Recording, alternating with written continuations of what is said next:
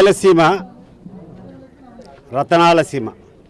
ఈ యొక్క రాయలసీమ మీద అత్యంత మమకారం చూపించినటువంటి కుటుంబం ఏదైనా ఉందంటే అది వైఎస్ రాజశేఖర రెడ్డి గారి కుటుంబం.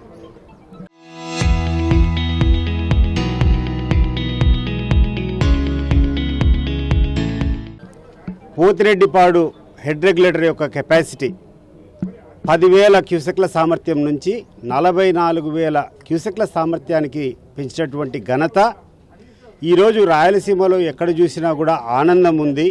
ఎక్కడ చూసినా పంటలతో సుభిక్షంగా రైతులందరూ ఉన్నారంటే రాజశేఖర రెడ్డి గారు ఆ రోజు చేసేటువంటి ఆ ఘనకార్యం అని చెప్పి రాయలసీమ ప్రజలందరూ కూడా గుర్తుపెట్టుకోవాలి. మరి రాజశేఖర రెడ్డి గారు 44,000 క్యూసెక్ల సామర్థ్యానికి పోతిరెడ్డిపాడును పెంచితే కరువు విపరీతంగా తాండవించేటువంటి సమయంలో కృష్ణానదిలో అత్యంత తక్కువగా నీటి లభ్యత ఉన్నటువంటి సమయంలో కూడా రాయలసీమ వాసులు ఇబ్బంది పడకూడదని చెప్పి ఈ రాయలసీమ ముద్దుబిడ్డ జగన్మోహన్ రెడ్డి గారు ఆలోచన ఈ యొక్క రాయలసీమ ఎత్తిపోతల పథకం. 3 టీఎంసీ నీళ్లు 800 అడుగుల యొక్క నీటి మట్టం నుంచి పంపు చేసి పోతిరెడ్డిపాడుకు తీసుకొని వచ్చేటువంటి కార్యక్రమం జగన్మోహన్ రెడ్డి గారు రాయలసీమకు చేసేటువంటి గొప్ప కార్యక్రమం. మరి ఆ కార్యక్రమాన్ని జగన్మోహన్ రెడ్డి గారు ముఖ్యమంత్రిగా ఉన్నన్ని రోజులు 2024 వరకు ఆయన దిగిపోయేంత వరకు కూడా ఎన్ని ఇబ్బందులు వచ్చినా నేషనల్ గ్రీన్ ట్రిబ్యునల్ అబ్జెక్షన్స్ అవి ఇవన్నీ ఎన్ని చెప్పినా కూడా అవన్నీ కూడా పెడచెవిన పెట్టి నా రాయలసీమ ప్రజలు ముఖ్యమని చెప్పి ఆయన ఆ ప్రాజెక్టును ఆపకుండా పనులన్నీ కూడా వేగవంతంగా పూర్తి చేసినాడు. ఈరోజు కేవలం ఆ యొక్క రాయలసీమ లిఫ్ట్ ఇరిగేషన్ స్కీమ్ కావాల్సింది మోటార్లు పెట్టడమే. కానీ ఇటీవల రేవంత్ రెడ్డి గారు తెలంగాణ ముఖ్యమంత్రి తెలంగాణ అసెంబ్లీలో మాట్లాడుతూ నేను చంద్రబాబు నాయుడుతో కూర్చొని కన్విన్స్ చేసుకొని రాయలసీమ ఎత్తిపోతల పథకాన్ని ఆపిచ్చాను, కావాలంటే మీరు సందర్శించుకోండి అని చెప్పి అసెంబ్లీ సాక్షిగా చెప్పిన తర్వాత చంద్రబాబు నాయుడు యొక్క తీరు చూస్తే అసలు రాయలసీమ మీద ఇంత ద్వేషం ఉందా చంద్రబాబు నాయుడుకు అనేటువంటి ఒక డౌట్ ప్రజల్లో కూడా కనపడతా ఉంది. ఈరోజు చంద్రబాబు నాయుడు గారు ఇటీవల కూర్చొని ఒక స్టేట్మెంట్ ఇచ్చాడు. ఒక 20 టీఎంసీల నీళ్ళు వస్తాయి, దీనికోసం ఇంత యాగి చేయాల్సినటువంటి అవసరం ఉందా అని చెప్పి చంద్రబాబు నాయుడు గారు ఒక సందర్భంలో మాట్లాడారు.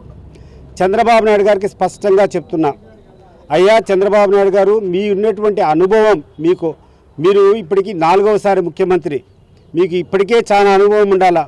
ఒక సామాన్య వ్యక్తికి కూడా అర్థమవుతుంది నీటి యొక్క వాల్యూ, నీటి యొక్క విలువ కరువు సమయంలోనే వస్తుంది. కరువు లేకుండా విపరీతంగా వర్షాలు పడేటప్పుడు ఎవడు నీటి గురించి ఆలోచన చేయరు. కొన్ని 100 టీఎంసీలు కృష్ణా నుంచి కిందికి పోయినాయి. ప్రతి సంవత్సరము 4-5 లక్షల క్యూసెక్లు 4-5 వేల టీఎంసీలు నీళ్లు గోదావరి నుంచి పోతూ ఉంటాయి కిందికి. ఎవడు పట్టించుకుంటాడు? దాన్ని పట్టించుకోడు. కానీ ప్రభుత్వం ఉండేటప్పుడు బాధ్యతగా, కరువు ఉండేటప్పుడు ఎట్లా మిటిగేట్ చేయాలా, కరువు సమయంలో ఈ ప్రాంతాన్ని ఎట్లా ఆదుకోవాలా, ఇది ప్రధానమైనటువంటి అంశం. దాన్ని జగన్మోహన్ రెడ్డి గారు చాలా సమర్థవంతంగా కూర్చొని రాయలసీమ లిఫ్ట్ ఇరిగేషన్ ద్వారా మాత్రమే కరువు సమయాల్లో ఈ యొక్క ప్రాంతాన్ని కాపాడగలగమని చెప్పి ఆయన ప్రాజెక్ట్ మొదలుపెట్టారు. కానీ నువ్వు ఎందుకు ఆపావు? నువ్వు ఆపినావు 2024 నువ్వు ముఖ్యమంత్రి అయినప్పటి నుంచి ఆపినావు. ఓ పక్కన తెలంగాణ ముఖ్యమంత్రి నా ప్రమేయం వల్లనే, నేను నచ్చజెప్పడం వల్లనే ఆపినాడని చెప్పి ఆయన చెప్తున్నాడు. దీనికి కనీసం నువ్వు ఖండించాల్సినటువంటి బాధ్యత ఉందా లేదా అని చెప్పి నేను అడుగుతున్నాను చంద్రబాబు నాయుడు గారిని. ఇది ఒక్కటే కాదు, ఈ యొక్క రాయలసీమ లిఫ్ట్ ఇరిగేషనే కాకుండా రాయలసీమలో జరిగేటువంటి ఒక్క ప్రాజెక్ట్ అయినా ఎక్సెప్ట్ హెచ్ఎన్ఎస్ఎస్ దగ్గర అనేటువంటి అనంతపురం ప్రజలు అయ్యా మాకు లైనింగ్ వద్దు అంటున్నారు. అయినా నీ స్వార్థం కోసం కుప్పముకు నీళ్లు తీసుకొని పోవాలని చెప్పి అక్కడ లైనింగ్ చేపిస్తున్నావు తప్పితే, ఆ ఒక్క కార్యక్రమం తప్పితే ఈ రాయలసీమలో ఉన్నటువంటి ఒక్క ప్రాజెక్ట్ అయినా ఒక తట్టెడు మట్టి తీసేటువంటి పరిస్థితి ఉందా రాయలసీమలో? చంద్రబాబు నాయుడు గారు, ఆ తర్వాత రామానాయుడు గారు ఇరిగేషన్ మంత్రి గారు మీరు చెప్పాలా? గొప్పలు చెప్పుకుంటా అంటారు మీరు. 800 కోట్లు మేము ఖర్చు పెట్టామని చెప్తే 8,000 కోట్లు ఖర్చు పెట్టామంటున్నాడు. ఏమైపోయినా 8,000 కోట్లు? రా మా కడప జిల్లాలో రా, జిఎన్ఎస్ఎస్ నుంచి హెచ్ఎన్ఎస్ఎస్కి లింకప్ అయ్యే కార్యక్రమం 2024 నుంచి స్టాండ్ స్టిల్. ఈరోజుకి ఒక పిడికెడు మట్టి తీయాల. ఈరోజు కుందు వైడనింగు, ఈరోజు జిఎన్ఎస్ఎస్ వైడనింగ్ ఏ కార్యక్రమం చేస్తున్నారండి? ఒక్క కార్యక్రమాన్ని కూడా రాయలసీమలో జరిగేటువంటి ఒక్క ప్రాజెక్టు వీళ్ళకి ధైర్యం ఉంటే చూపించమని చెప్పండి. ఈ ప్రాజెక్టు కోసం మేము ఖర్చు పెట్టాం, ఈ ప్రాజెక్టు జరుగుతుంది 2024 నుంచి అని చెప్పే ధైర్యం వీళ్ళకు ఉందా? మరి ఎందుకు రాయలసీమ మీద ఇంత నిర్లక్ష్యం? ఈ నిర్లక్ష్యానికి ఈ ప్రభుత్వానికి కన్ను తెరిపించాలా? రాయలసీమ ప్రజల పక్షాన మేము ఉండామని చెప్పి ఈరోజు చూపించడానికి, రాయలసీమ ప్రాంతంలో ఉన్నటువంటి ప్రయోజనాలు కాపాడడానికి ఈరోజు వైఎస్ఆర్ కాంగ్రెస్ పార్టీ నాయకులమందరం కూడా పోతిరెడ్డిపాటికి పోతున్నాం, అక్కడ ఒక మీటింగ్ చెప్తున్నాం. ఇంతటితో ఇది ఆరంభం మాత్రమే. ఈ రోజు నుంచి ఉద్ధృతమై రాయలసీమలో ఒక విపరీతమైనటువంటి మూమెంట్ తీసుకొని వచ్చి మరి జగన్మోహన్ రెడ్డి గారు చేసేటువంటి కార్యక్రమాలకు మేమంతా కూడా సంఘీభావంగా ఉంటామని చెప్పి సందర్భంగా తెలియజేస్తున్నాం. రాయలసీమ లిఫ్ట్ ఇరిగేషన్ అనేటువంటిది రాయలసీమ ప్రాంతానికి ఎంత ముఖ్యమో, రాయలసీమ రైతాంగానికి ఎంత అవసరమో నెల్లూరు జిల్లా రైతాంగానికి కూడా అంతే అవసరం. అందుకని ఈరోజు నెల్లూరులో రాష్ట్ర విభజన జరిగిన తర్వాత ఉన్నటువంటి అతిపెద్ద జలాశయాలు రెండు కూడా సోమశిల జలాశయం కానీ కండలేరు జలాశయం కానీ రెండు నెల్లూరు జిల్లాలో ఉన్నాయి. 78 టీఎంసీల సామర్థ్యం కలిగినటువంటి సోమశిల జలాశయం కానీ 68 టీఎంసీల సామర్థ్యం కలిగినటువంటి కండలేరు జలాశయం కానీ నెల్లూరు జిల్లాలో ఉన్నాయి. వీటికి రెండుకి కూడా ప్రధానమైనటువంటిది కృష్ణా జలాలు. కాబట్టి కృష్ణా జలాలని ఈరోజు మహనీయుడు రాజశేఖర రెడ్డి గారి పుణ్యాన పోతిరెడ్డిపాడు హెడ్ రెగ్యులేటర్ దగ్గర నుంచి దాన్ని విస్తరించడంతో 44,000 క్యూసెక్కులు ఈరోజు మనం నీళ్లు తెచ్చుకోగలుగుతున్నాం. కాకపోతే 880 అడుగుల హెడ్ ఉన్నప్పుడు మాత్రమే పూర్తిగా నీళ్ళు వస్తున్నాయి. 845 అడుగుల హెడ్ పడిపోతే నీళ్లు ఆగిపోయేటువంటి పరిస్థితి ఏర్పడింది. దానివల్ల నెల్లూరు జిల్లా రైతాంగానికి ఉన్నటువంటి ప్రధానమైనటువంటి సమస్య ఈరోజు సోమశిల కండలేరు జలాశయాలు నీరు తక్కువగా ఉన్నా సరే వర్షాలు కురుస్తాయనేటువంటి ఆశాభావంతో రైతులు పంటలు సాగు చేయడం ప్రారంభిస్తున్నారు. అటువంటి నేపథ్యంలో సోమశిల జలాశయంలో కానీ కండలేరు జలాశయంలో కానీ నీరు ఖాళీ అయిపోతే పాపం రైతులు పంటలు ఎండబెట్టుకోవాల్సినటువంటి దుస్థితి ఏర్పడింది. రాయలసీమ లిఫ్ట్ ఇరిగేషన్ అనేటువంటిది ప్రారంభమైతే రోజుకి మనం 3 టీఎంసీలు నీరు తెచ్చుకోగలిగితే దాని ద్వారా చివరి 4-5 తడులు అవసరమైనప్పుడు 1,00,000-2 లక్షల ఎకరాలని 2 రోజులు కేవలం మనం ఒక 6 టీఎంసీలు నీళ్ళు తెచ్చుకుంటే రోజుకు 3 టీఎంసీలు చొప్పున మొత్తం పండించుకునేటువంటి అవకాశం వెసులుబాటు ఉంటుంది. అందుకనే మా నాయకుడు జగన్మోహన్ రెడ్డి గారు చెప్పినట్టుగా ఇది ఇన్సూరెన్స్ లాంటిది ఈ పథకం రాయలసీమ లిఫ్ట్ ఇరిగేషన్ అనేది అయితే చెప్పాడో అది వాస్తవం. కాబట్టి ఖచ్చితంగా ఈరోజు నెల్లూరు జిల్లా రైతాంగం కూడా దానికోసం ఎదురు చూస్తుంది. కాబట్టి ఖచ్చితంగా ఈరోజు రాయలసీమకి ఎంత అవసరమో నెల్లూరు జిల్లాకి అంతే అవసరం.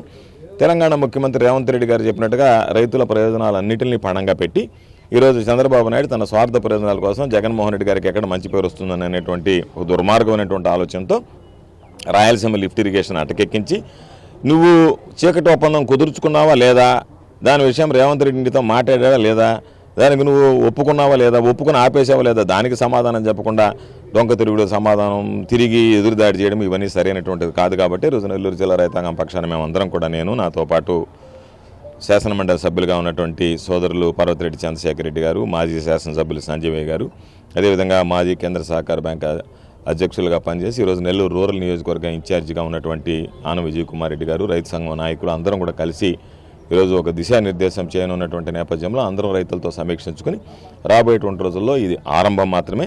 రాబోయేటువంటి రోజుల్లో ఒక కార్యాచరణ రూపొందించుకుని నెల్లూరు జిల్లా రైతాంగంతో కలిసి మరలా చంద్రబాబు నాయుడు మీద ఒత్తిడి పెంచి, ప్రభుత్వం మీద ఒత్తిడి పెంచి చంద్రబాబు నాయుడు మెడలు వంచి రాయలసీమ ఎత్తిపోతల పథకం సాధనే ధ్యేయంగా పనిచేయడం జరుగుతుంది. నిర్వహిస్తున్నాం. మరి ఈ యొక్క కార్యక్రమం రాయలసీమ రైతుల భవిష్యత్తు ఏ రకంగా ఉండబోతోంది, దీనివల్ల అది లేకుంటే రాయలసీమ భవిష్యత్తు ఏ రకంగా ఉంటుంది అనేది విశదంగా తెలియజెప్పాల్సిన అవసరం రైతు సోదరులకు చెప్పాల్సిన అవసరం ఉంటుంది. మరి దాదాపు 50 సంవత్సరాల నుంచి వ్యవసాయం చేస్తున్నాం. ఈ రాయలసీమకు ఏకైక మార్గం వాటర్ జల వనరులు ఉండేటువంటిది శ్రీశైలం వాటర్. ఈరోజు మనకు జలుగం కానీ, గాలేరు నగర్ కానీ, హంద్రీ దీవా కానీ, ఎస్ఆర్బీసీ కానీ వీటన్నిటికూ మూలాధారం శ్రీశైలం వాటర్, కృష్ణా వాటర్. మరి అటువంటిది ఇప్పుడున్నటువంటి 44,000 క్యూసెక్స్ కూడా దాని సిల్ లెవెల్ వచ్చి కింద బేస్మెంట్ లెవెల్ వచ్చేసి 841 నుంచి 44,000 రావు. మినిమం 860, 870 వస్తే కానీ పూర్తి డ్రా చేసుకునే దానికి లేదు. అదే 880. మరి అటువంటిది 854 వస్తే కూడా కొంతవరకు రాగచ్చు. మరి ఇదే 2017లో ముఖ్యమంత్రిగా చంద్రబాబు నాయుడు ఉన్నాడు. ఇదే కేసీ గంగ కానీ చెరువు గంగ కానీ గాలేరు కానీ ఏ దానికి కూడా నీళ్ళు లేవు. మేము చెరువు గంగ ఈ కేసీ కెనాలకు కనీసం ఐడి క్రాప్స్కి 3 తల్లకి ఇవ్వని చెప్పేసి మేము డిమాండ్ అడిగాం. 3 తల్ల కూడా ఏదైనా జొన్న వేసుకుంటామని కూడా ఇవ్వలేకపోయినాం. నేను అవినాష్ రెడ్డి గారు మా ప్రొద్దుటూరు శాసనం అందరం కలిసి మేము ధర్నాలు చేసినాం. హైవే మీద పాదయాత్రలు చేసినాం దూరం నుంచి కడప వరకు.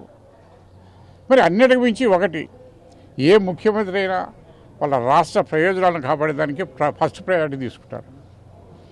ఏ ముఖ్యమంత్రి అయినా ఆ రాష్ట్ర ప్రయోజనాలు ఫస్ట్ రాష్ట్రం, నెక్స్ట్ ప్రాంతం. అటువంటిది ఎంతోమంది ముఖ్యమంత్రులు ఉన్నారు. విజయభాస్కర్ రెడ్డి గారు ఉన్నారు, నీలం సంజీవ్ రెడ్డి గారు ఉన్నారు, ఎంతోమంది ఈ రాష్ట్రాన్ని పరిపాలించారు. రాజశేఖర రెడ్డి గారు ఉన్నారు.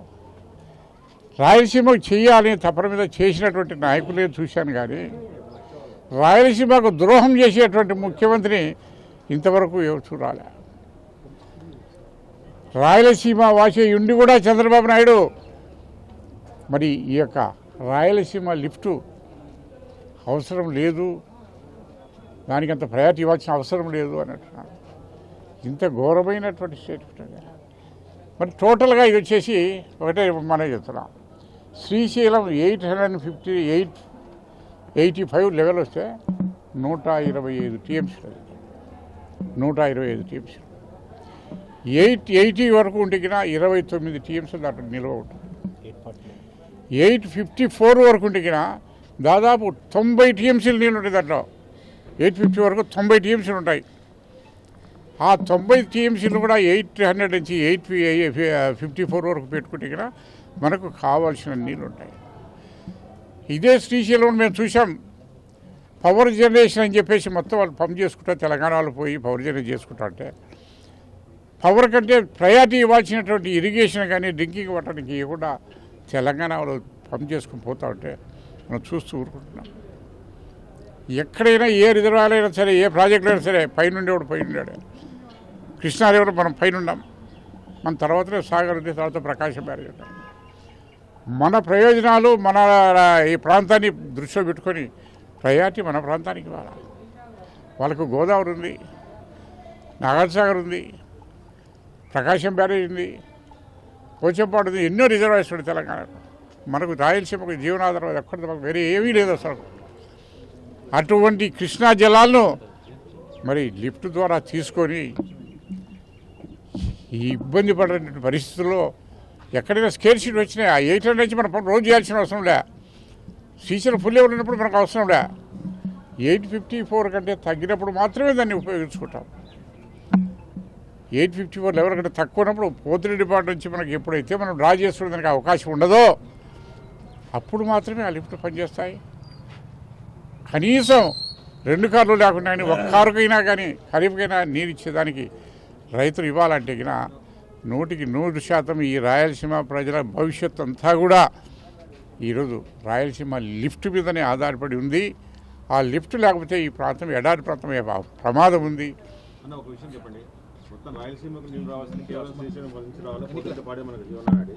అలాంటి పోతిరెడ్డిపాడు నుంచి కాకుండా వేరే ప్రాంతాల నుంచి వేరే మార్గాల ద్వారా నీళ్ళు ఇస్తామని చెప్పేసారి దీనిపైన ఏమంటారు? ఇప్పుడు ఒకటి ఏదో పూర్వగా చెప్తాడు, అన్నం తినాలంటే ఇట్లా ఎట్లా తింటాం మనం, ఇట్లా తింటాం ఎవరైనా అది జరిగేది. ఈ మనకు దగ్గర ఉన్నది ఇది పూర్తి చేసేదానికి మనకు దిక్కు లేదు. కానీ ఎక్కడి నుంచో గోదావరి నుంచి తీసుకొస్తాము, అక్కడి నుంచి తీసుకొస్తామని చెప్పడం ఎంతవరకు సమంజసం చెప్పండి.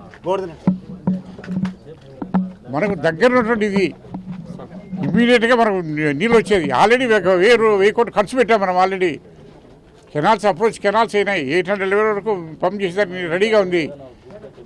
దాదాపు 20 నుంచి 1000 కోట్లు ఖర్చు పెట్టాం. అటువంటిది కాదని ఎక్కడో గోదావరి నుంచి తీసుకొచ్చంటే గోదావరి ఒప్పుకుంటా, అది జరిగే పని అన్నది. ఏదైనా ప్రాక్టికల్గా ఆలోచించాలా. మరి అంత సీనియర్ ముఖ్యమంత్రి అటువంటి వాడికి కూడా తెలుదా ఈ ప్రాజెక్టు గురించి, రాయలసీమ గురించి? ఏది ఏమైనా కానీ మా ధ్యేయం ఒకటే, 100% రాయలసీమ లిఫ్ట్ పూర్తి చేయాలా. దాని కొరకు ఈ రాయలసీమ రైతులంతా కూడా ఎటువంటి త్యాగాలకైనా సిద్ధంగా ఉంటారని హెచ్చరిస్తున్నారు తెలుగుదేశం పార్టీ నాయకులు. Local to global news at your fingertips. మీ చేతిలో ఒక ఆయుధం.